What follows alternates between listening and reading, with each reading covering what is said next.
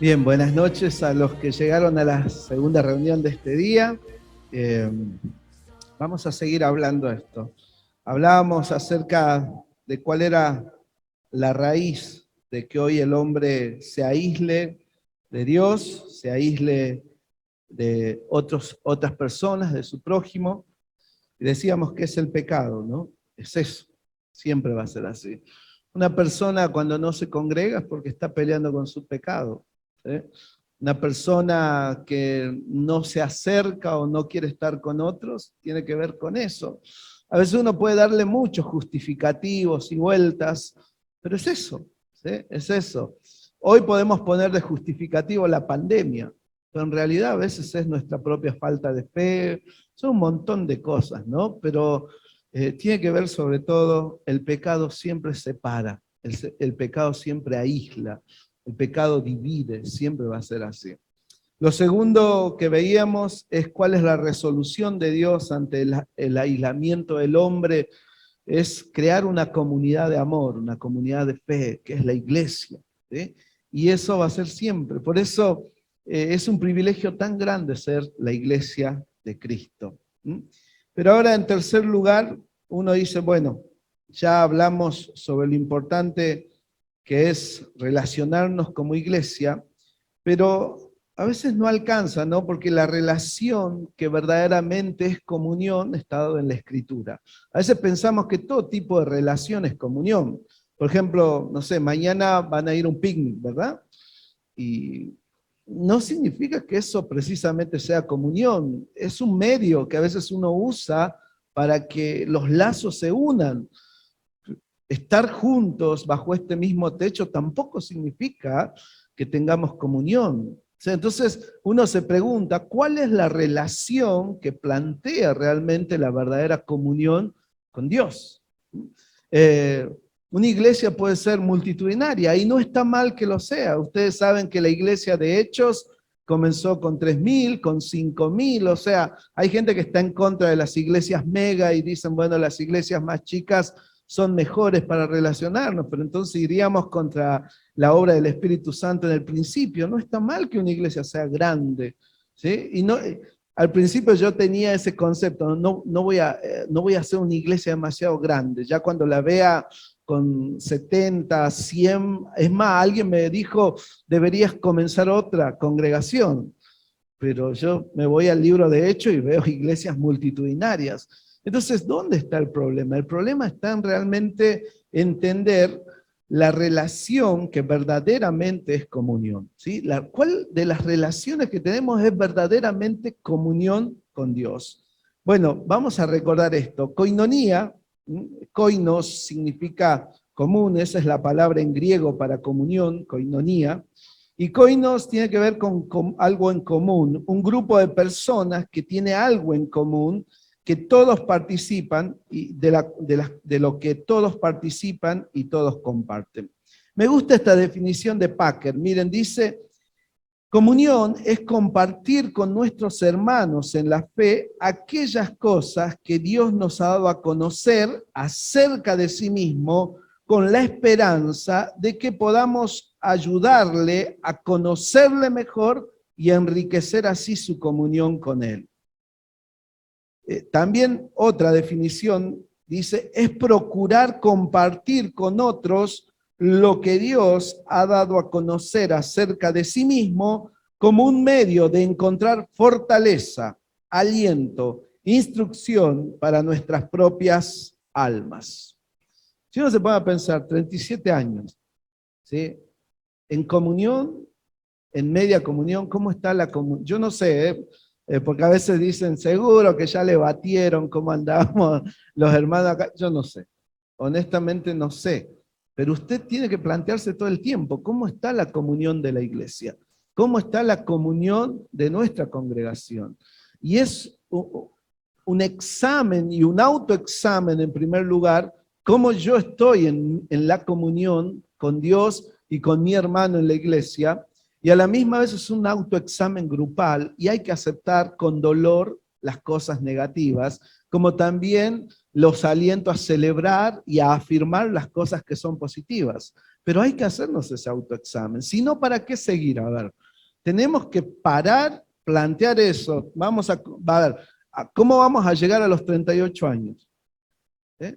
¿Con una comunión según Dios o simplemente congregados bajo un mismo techo? Esa es la pregunta, ¿o no?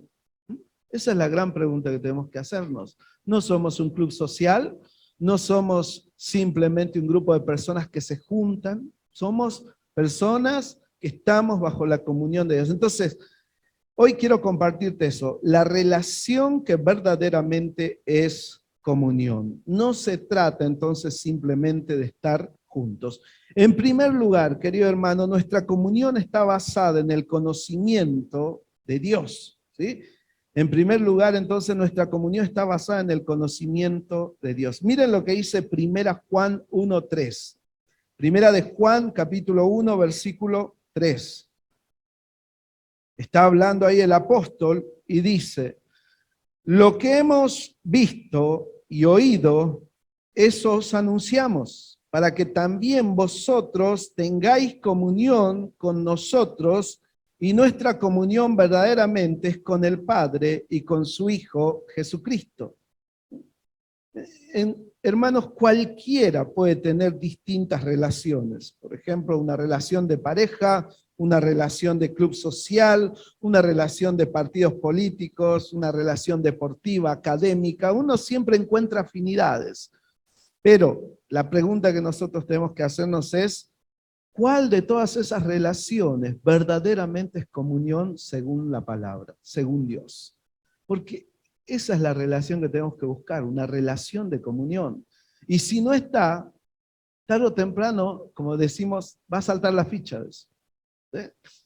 A ver, ¿cuántos de ustedes han ido tal vez a una cena del Señor y tienen problemas con personas? Porque a veces nos pasa, puede ser que no sea con otro hermano, pero he tenido problemas con mi misma familia, con mis hijos, con mi esposa. Y es algo serio a plantear. ¿Cuántos de nosotros tal vez hemos ido a un picnic de familia y hemos tenido serias diferencias con un hermano que no han sido solucionadas? Mañana, por ejemplo, va a ser un picnic. Y no significa que tengas comunión por ir al picnic. O sea, hay cosas más profundas en la comunión y hasta que nosotros no seamos crudos en analizar nuestra realidad de comunión, ¿saben qué? Eso frena a la iglesia. Frena. Y es horrible como la frena, porque pareciera que queremos arrancar, quiere arrancar la escuela dominical, quiere arrancar el grupo de jóvenes, quiere arrancar la iglesia, pero hay algo pareciera ahí frenando. Ahora le hemos echado la culpa a la pandemia, ¿o no? La pandemia frenó la iglesia. Depende del tipo. En realidad la pandemia sacó a luz la comunión que teníamos con Dios y con los demás, ¿o no? La pandemia lo único que hizo es saltar la ficha.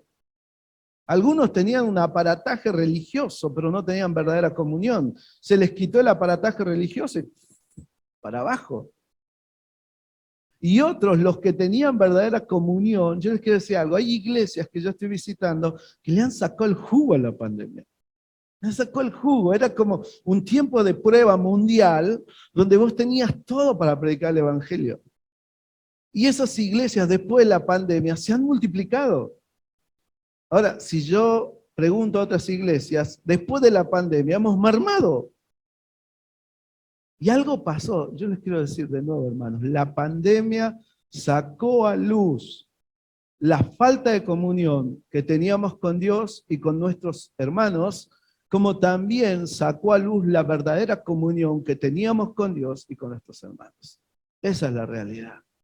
Ahora, yo les decía, nuestra comunión está basada en el conocimiento de Dios. Ahí arranca todo. ¿Sí? Juan acá le está diciendo, ¿saben por qué tenemos comunión? Porque experimentamos el conocimiento de Dios en comunidad.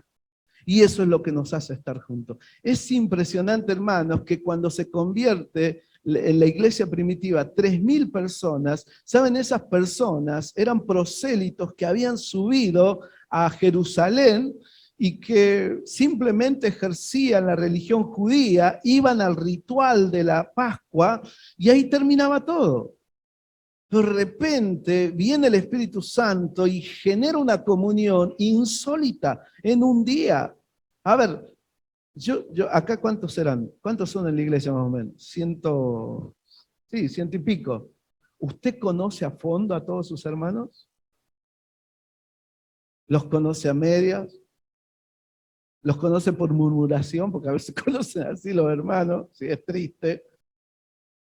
¿O conoce a algunos y no a todos? Fíjense en cómo el Espíritu obró, que esos 3000 que habían subido a Jerusalén de repente estaban unidos. En un momento así. Eso es cuando realmente el Espíritu Santo obra la comunión. Eran de distintas nacionalidades que habían subido a Jerusalén y de repente están todos juntos.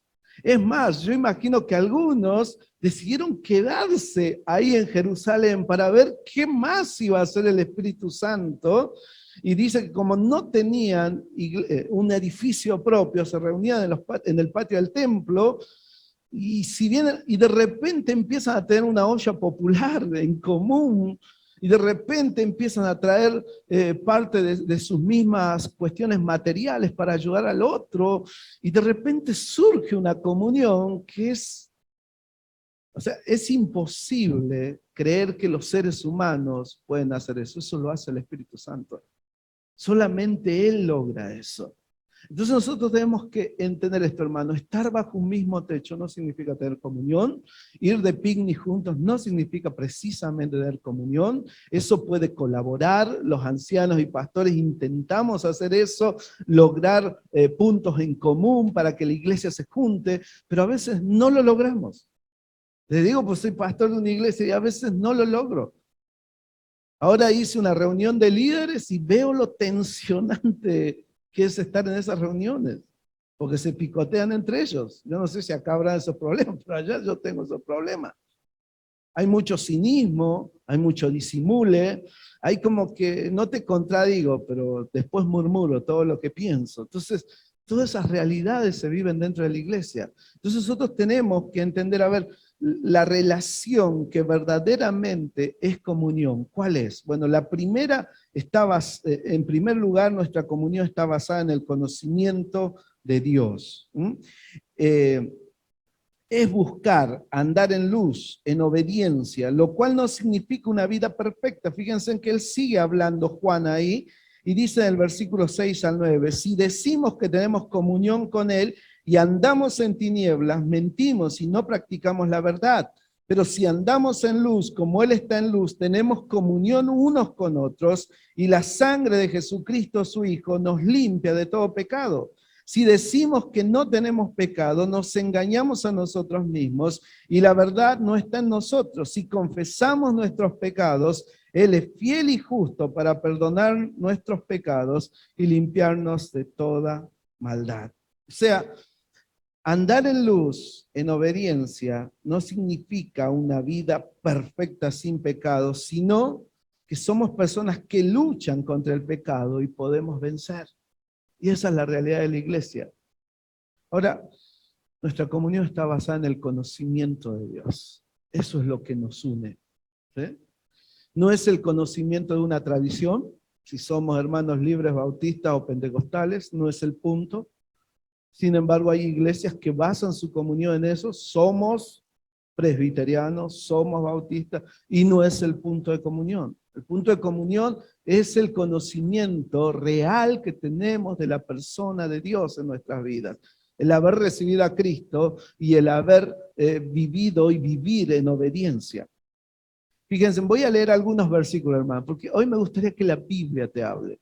Podés después hablar del predicador, ¿te gustó o no te gustó? Pero si estos pasajes te hablan, eso es lo que importa. Miren, Efesios 1, 15 al 23, dice, por esta causa también yo, habiendo oído de vuestra fe en el Señor Jesús y de vuestro amor para con todos los santos, no ceso de dar gracias por vosotros, haciendo memoria de vosotros en mis oraciones, para que el Dios de nuestro Señor Jesucristo, el Padre de gloria, os dé espíritu de sabiduría y de revelación en el conocimiento de Él. Y después sigue hablando. O sea, nuestra comunión está basada en primer lugar en el conocimiento de Dios. No es en el conocimiento religioso, no es en el conocimiento del grupo. ¿Vieron? Porque a veces decimos, a ver, ¿me conozco o no me conozco en la iglesia? A veces puede ser que no alcance. Yo a veces, a ver, son 250. Yo los domingos trato de correr y saludar, pero hay algunos que no conozco, porque los otros ministerios están haciendo evangelismo todo el tiempo y están ganando personas, y son personas que no gané, son personas que no conozco, pero algo me une a ellos. ¿Qué es? El conocimiento que ellos tienen de Dios y el conocimiento que yo tengo de Dios. Yo no los conozco a ustedes, hermanos, no sé cuál es su día cotidiano, qué hace, a qué se dedica. Por eso, fíjense en que el conocimiento no se basa si hay iglesias para chetos o iglesias para villeros. No se basa en eso, no se basa en si hay iglesias para profesionales o hay iglesias para ignorantes. No, no se trata de eso. La iglesia se basa en el conocimiento de Dios. Lamentablemente nosotros, al no entenderlo, hemos hecho eso. A mí me cuesta a veces, dice, la iglesia alemana, la iglesia, hay otra acá que siempre la nombran, no sé, y está bien, yo entiendo que de ahí han surgido. Hay personas que todavía tienen una gloria en su apellido, en sus raíces. El otro día fuimos a una iglesia acá con mi esposa, hace años atrás, y se acerca una hermana, muy rubia ella, ¿sí? Muy rubia, con canas ya, muy blanca, y me pregunta y me dice, ¿cuál es tu apellido? Lamas, le digo. Ah, ese apellido es de España, me dice. Ah, bueno, yo soy de Abrapampa, o sea, soy de la Puna. ¿Sí? Entonces ella me dijo, no, tu apellido es español. Listo. Y después la mira mi esposa, que acá está, y ella es Trejo. Me acuerdo con el desdén que lo dijo, no, los Trejos creo que son de Tilcara, de Tilcara, digo, de México. ¿Sí? Creo que por ahí son. Y yo la quedé mirando y digo, es una hermana de años que todavía tiene complejos, que no entendió nada. No entendió. Y más, es más, no sé si era creyente o no, porque si para ella importaba más los apellidos españoles y los apellidos mexicanos no eran tan importantes, algo nos pasa, o sea, no está bien esa mujer. No está bien. Y por eso, hermano, el punto que nos une a nosotros es el conocimiento de Dios, no es tu apellido ni tu ascendencia, si es alemana, si es europea, si es italiano. Si por eso me vas a menospreciar o yo te voy a menospreciar, no entendiste el Evangelio. Porque el Evangelio se basa en el conocimiento de Dios. No es si somos negros y todavía hay racismo en la iglesia, ¿o no? Usted sabe que hay racismo en la iglesia. Usted sabe que en este momento tal vez alguien dice, mira, ese muchacho de quién es. ¿Ah? De España, soy de España. O sea. Entonces, lamentablemente, hoy creo que no hemos entendido en qué se basa nuestra comunión. Más, miren, el conocimiento de Dios. Fíjense en cómo Pablo ora por este conocimiento abundante en la vida de los hermanos. Filipenses 1:8 dice, porque Dios me es testigo de cómo os amo a todos vosotros con el entrañable amor de Jesucristo. Y esto pido en oración, que vuestro amor abunde aún más y más en ciencia y en todo conocimiento, para que aprobéis lo mejor, a fin de que seáis sinceros e irreprensibles para el día de Cristo, llenos de frutos de justicia que son por medio de Jesucristo, para gloria y alabanza de Dios. Filipenses 1:8-11. De nuevo, conocimiento de Dios, conocimiento de Dios. Voy a leerle otro pasaje, Colosenses 1:9-14, dice, por lo cual también nosotros desde el día que lo oímos, no cesamos de orar por vosotros y de pedir que seáis llenos del conocimiento de su voluntad en toda sabiduría e inteligencia espiritual, para que andéis como es digno del Señor, agradándole en todo, llevando fruto en toda buena obra. Y siga hablando. Conocimiento de Dios, conocimiento de Dios. Eso es lo que nos une, hermano. En primer lugar, entonces, nuestra comunión está basada en el conocimiento de Dios. Juan dice lo que hemos visto y oído, lo que palparon nuestras manos tocante al verbo de vida, eso os anunciamos. Y ahí es donde está nuestra comunión. Eso es lo que hace nuestra comunión. No si conozco si mi apellido es inglés o español, no. Tengo que conocer algo más profundo. Tengo que tener el conocimiento de Dios en mi vida. ¿Quién es Jesucristo para mí? Ahí está el punto. Por eso la iglesia es tan diversa, ¿no? Y esa es la verdadera iglesia. No puede haber iglesias para angelitos nada más. No puede haber iglesias solamente para gente bien. Tiene que haber iglesia donde vienen los que el Espíritu Santo trae. Yo no sé, pero acá está Marta. Marta ha ido a Abrapampa alguna vez, varias veces ya, ¿sí? Y él conoce.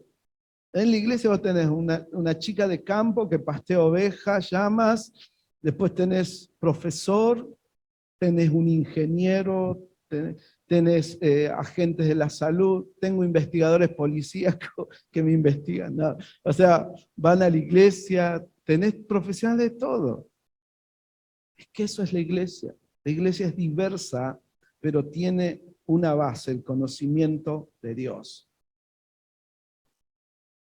Segunda cosa, nuestra comunión está basada en los intereses de Dios. Nuestra comunión está basada en los intereses de Dios. Filipenses 1, 3 al 5. Filipenses 1, 3 al 5. Tengo varios versículos, pero este me parece precioso, ¿sí? Doy gracias, dice Pablo, a mi Dios siempre que me acuerdo de vosotros, siempre en todas mis oraciones, rogando con gozo por todos vosotros, por vuestra comunión en el Evangelio desde el primer día hasta ahora.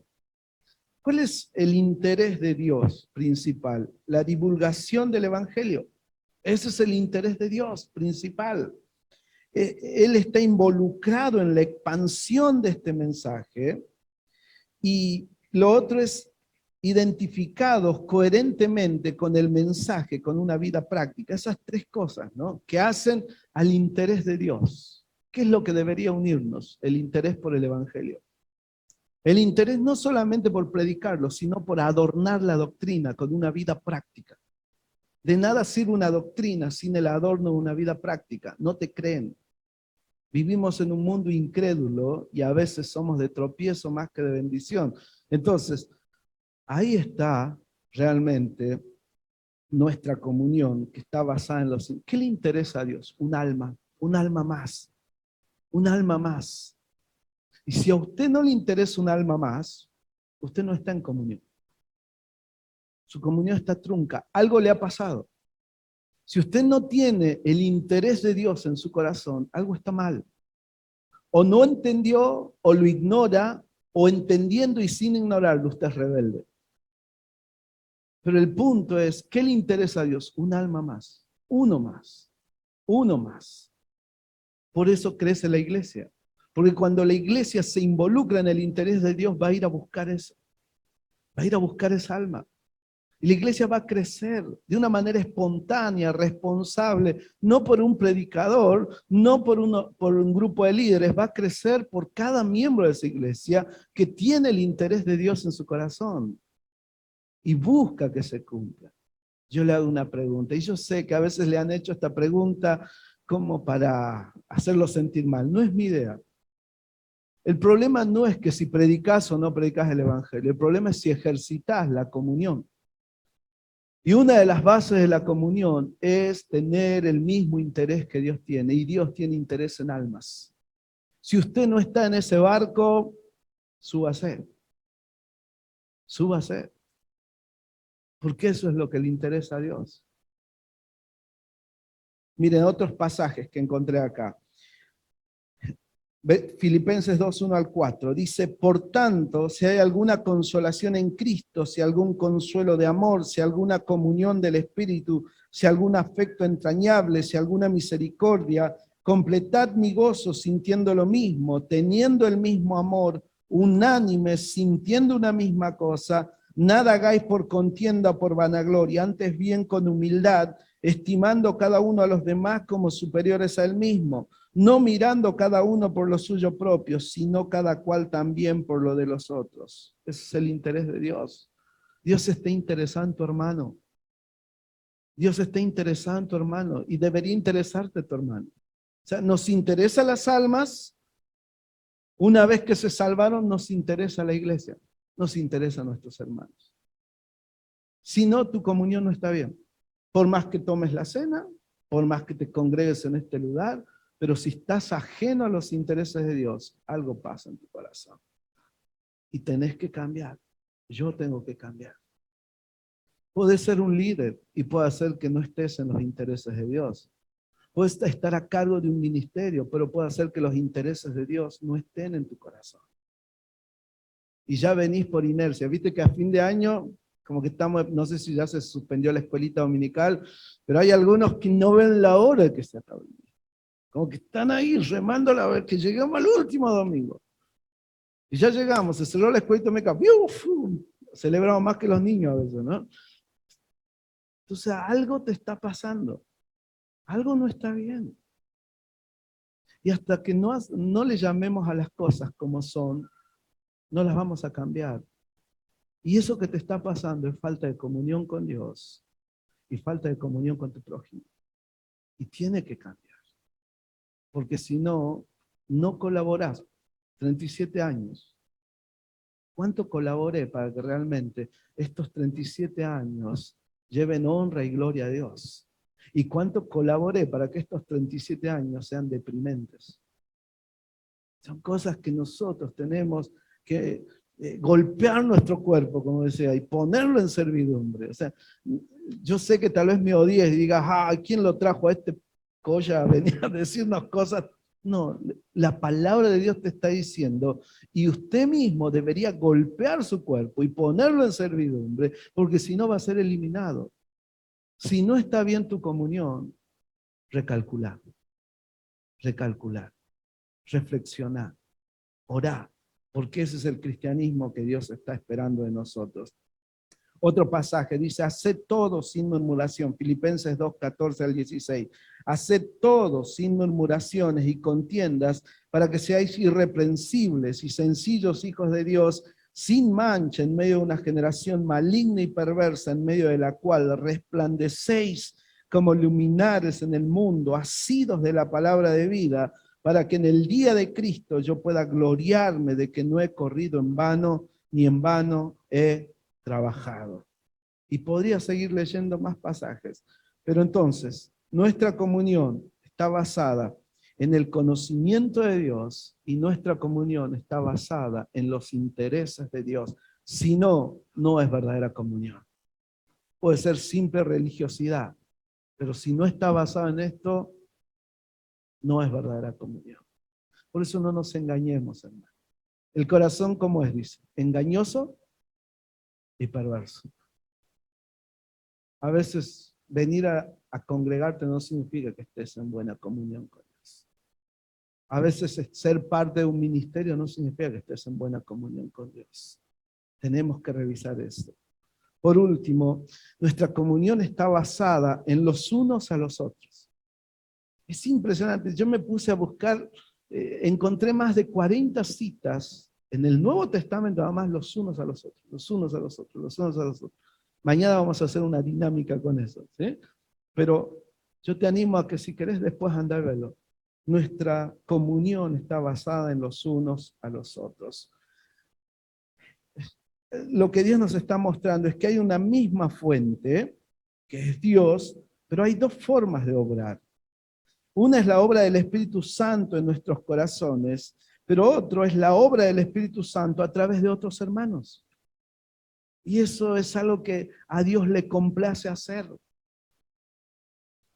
Miren, Romanos 15, 14, y voy a leer varios versículos, pero por favor, si puede, sígame.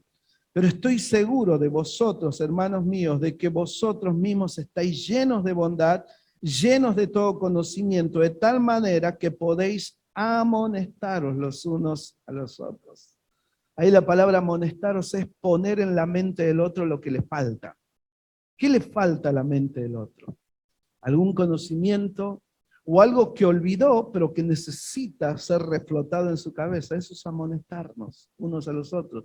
No siempre tiene que ver con reprensión, sino a veces tiene que ver con enseñanza, tiene que ver con alentar, recordando cosas. Yo sé que mucho de lo que les estoy diciendo, muchos hermanos ya lo saben, pero yo estoy tratando de reflotar en tu cabeza, el Espíritu Santo está tratando de hacer eso, para que realmente la comunión sea conforme a lo que Dios quiere. Y no tener una comunión ni virtual, ni imaginaria, ni supuesta, sino una comunión real con Dios. Ese es el punto. Entonces, acá nos damos cuenta que la Biblia está llena de estos pasajes, unos a otros. Gálatas 6:1 dice, hermanos, si alguno fuere sorprendido en alguna falta, vosotros que sois espirituales, restauradle con espíritu de mansedumbre, considerándote a ti mismo, no sea que tú también seas tentado. Tengo un montón de pasajes, hermano, pero tiene que ver los unos a los otros, los unos a los otros. Le hago una pregunta. ¿Cuándo buscó ser de bendición? ¿Cuándo fue la última vez que usted buscó ser de bendición los unos a los otros? Hermoso es que venga a congregarse, ¿o no? Es lindo cuando la iglesia está llena. Es lindo cuando la iglesia se anima y se motiva al amor y a las buenas obras y se estimula los unos a los otros. Eso ya es algo bueno y te felicito, hermano. Pero hay muchas cosas más, no todo termina ahí.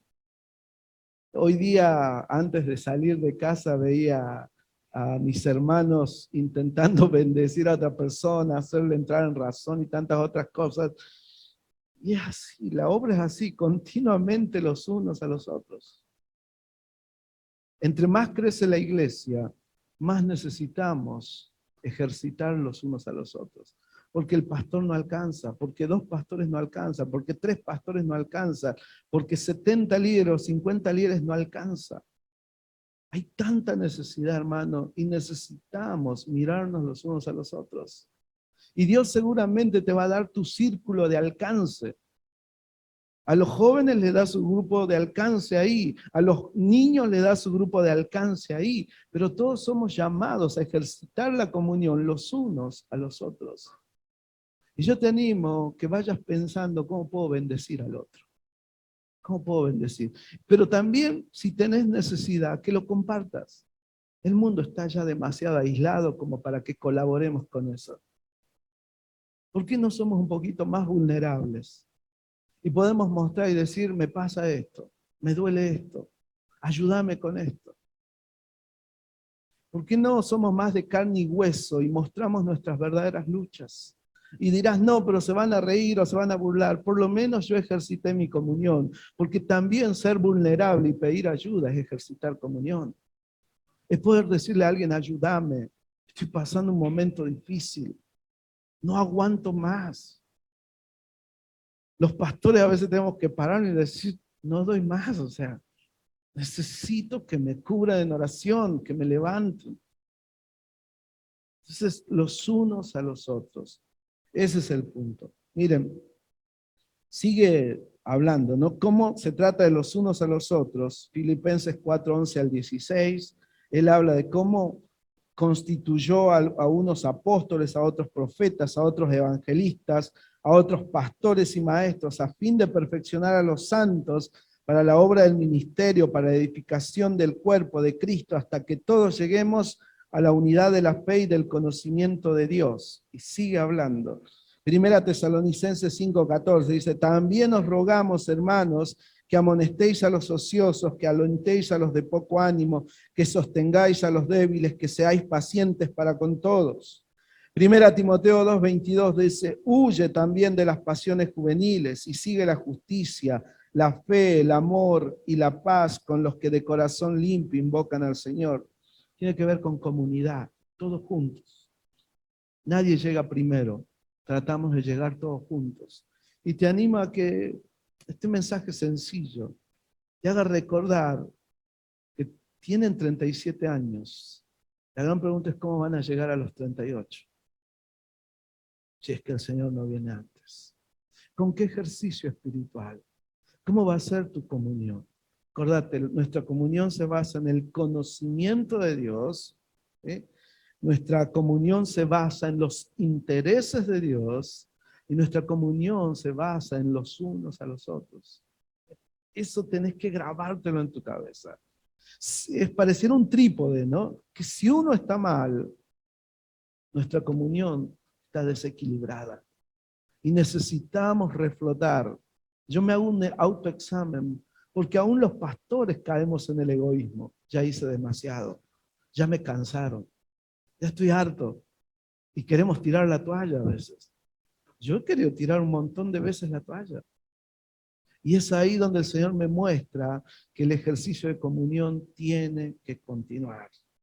Tiene que continuar. Voy terminando, hermano. Dios no asume que la comunión cristiana estará exenta de problemas y dificultades. Por eso nos manda a soportarnos unos a los otros, porque sabe que vamos a tener que soportarnos.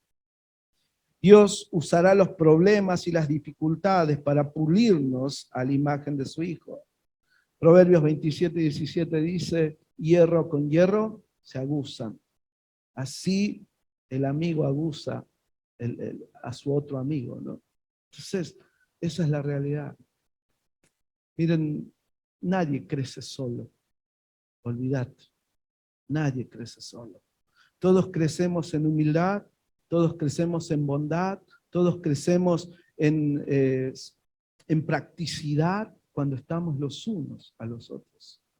Si no, a ver, cuando usted practicaba una religión, ¿acaso no iba, ejercía una reunión y después iba a casa y ahí terminaba todo? Pero ese no es el cristianismo que Dios describe en la palabra. Es un cristianismo que llora sobre el otro, que abraza, que también exhorta, que a veces pone límites. Amar también, dice, fieles son las heridas del que ama, inoportunos los besos del que aborrece. Los unos a los otros no significa que siempre nos vamos a felicitar, a veces nos vamos a tirar las orejas. ¿Saben lo que más me duele a mí de pastor? Que siempre tengo que hacer de verdugo, pareciera. Siempre tengo que ser el malo de la película. Y a veces tengo que juntar a los líderes y decirle, chicos, porque yo tengo una congregación bastante joven, les digo, miren hermanos, pareciera que acá el único que está exhortando o el que está amonestando soy yo. Y me hice odiar. La gente no te quiere. La gente, pareciera que uno es el único malo. Y la idea no es esa.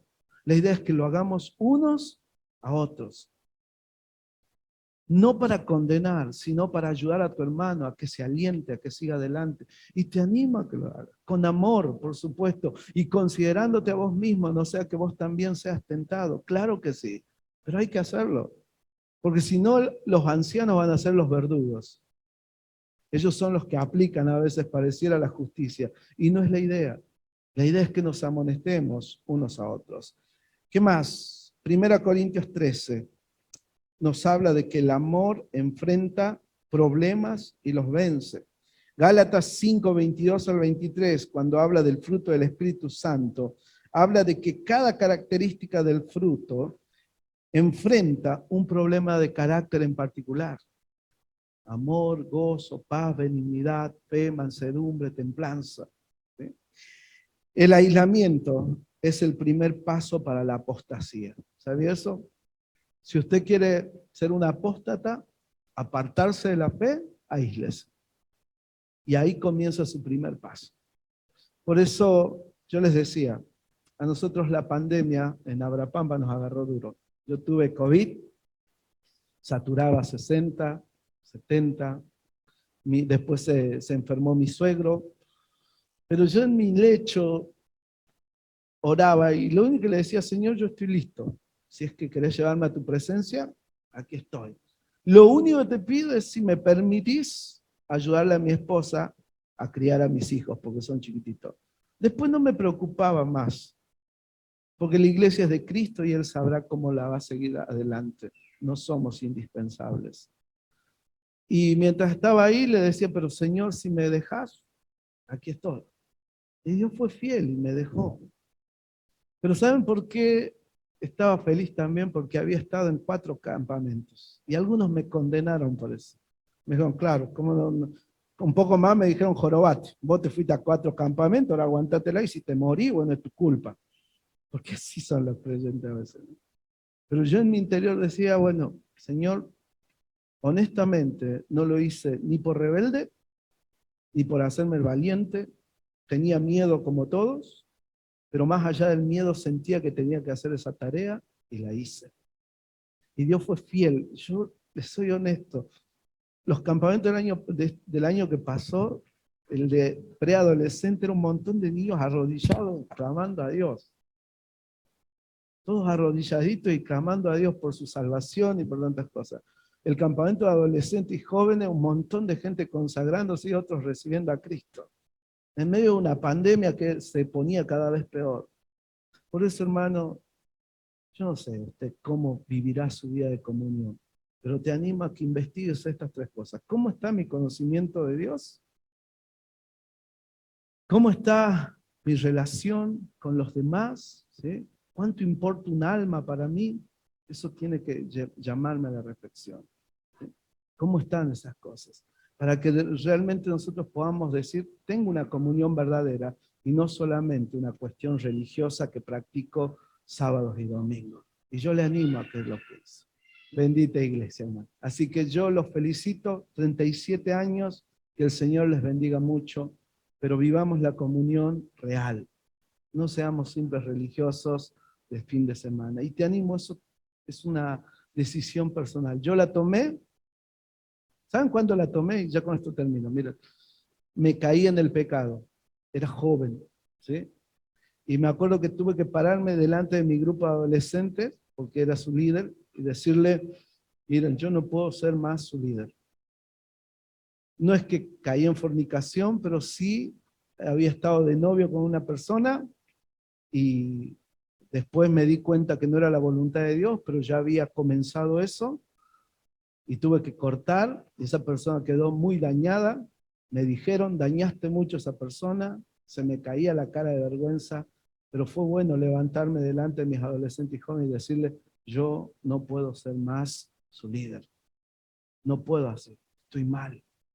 Y realmente fue ahí cuando les pedí perdón a ellos. Me acuerdo que esa semana me fui a casa y se me vinieron todas las ideas de Saúl, un Saúl eliminado. Se me vinieron todas las ideas de que el Señor ya no me iba a dar oportunidad de servirle. Y yo le decía, Señor, yo no te pido el pan, pero dame las migajas, aunque sea, dame misericordia, dame perdón. Te prometo que voy a portarme bien. Y fue una semana negra y oscura, pero ahí el Señor me hizo entender en qué estaba involucrado. Estaba involucrado en la iglesia de Jesucristo y su obra era súper archi mega delicada. No es que estaba simplemente haciendo una tarea social, ni simplemente estaba asistiendo a un grupo de jóvenes y adolescentes. No, estaba en la obra de Dios. Él me había involucrado en su obra. Y me acuerdo que esa semana fue la peor. Y lloré mucho con mi almohada un montón de veces y pedí perdón 20.000 veces. Y clamé por misericordia y Dios fue fiel. Me acuerdo que desde esa vez entendí, no se juega con la obra de Dios. No se juega con la obra de Dios. Y hasta el día de hoy tiemblo por jugar con la obra de Dios. Y lo mejor que le puedo dar a mi iglesia es una vida santa y una vida pura. Más allá de las actividades, lo mejor que le puedo dar es eso. Vamos a ponernos de pie. Vamos a ponernos de pie. Y yo te animo, si esto habló a tu corazón, que hoy, antes de comenzar este nuevo año en la iglesia, en el silencio de tu corazón, si tienes que pedirle perdón al Señor, pedíselo. Y si el Señor realmente obró en tu vida y no tienes que pedirle perdón, dale gracias porque te mantuvo firme en medio de todo esto. Si te faltó el conocimiento de Dios y por ignorancia hiciste cosas erradas, pedile perdón al Señor. Si realmente no estás ejercitando la comunión práctica con otros, pedile perdón al Señor. Pero necesitamos arrancar bien el año, ¿no les parece? Cerramos nuestros ojos, agachamos nuestros rostros y ahí en el silencio de tu corazón te animo a que hables con Dios.